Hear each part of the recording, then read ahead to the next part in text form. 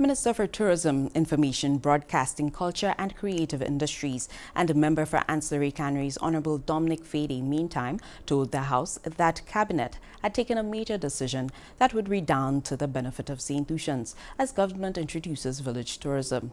Hon Fedee announced that lands at Anse Jabet Canaries is being set aside for local investment only. For the first time in the history of tourism development, there will be a dedicated tourism zone, Mr. Speaker, so that all Saint Lucians can invest, can go to a beachfront property, buy a piece of land with infrastructure, water, electricity, roads, all of it that will be put in, Mr. Speaker.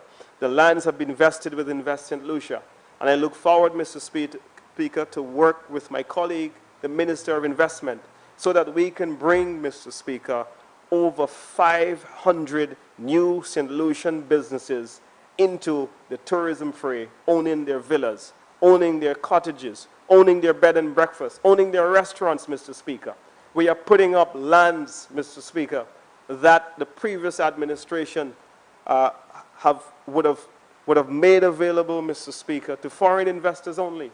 But when we talk about village tourism, we're talking about people. When we talk about bringing tourism to this population, we are doing everything, Mr. Speaker. And so the legislation will go a long way to allow them, whether there is 1 bedroom, 2 bedroom, or 6 bedrooms, they will be able to benefit from concessions.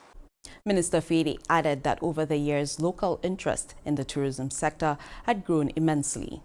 Mr. Speaker, statistics show that there are over 4,000 H-plates, Mr. Speaker, mostly within the car rental and tour companies facilitating tourism to the tourism boom which characterized the pre-COVID years of our administration. Mr. Speaker, the National Conservation Authority, NCA, has issued unprecedented levels of licenses to small boat operators, beach chair vendors, craft vendors, and other self-employed persons, Mr. Speaker, within the tourism industry.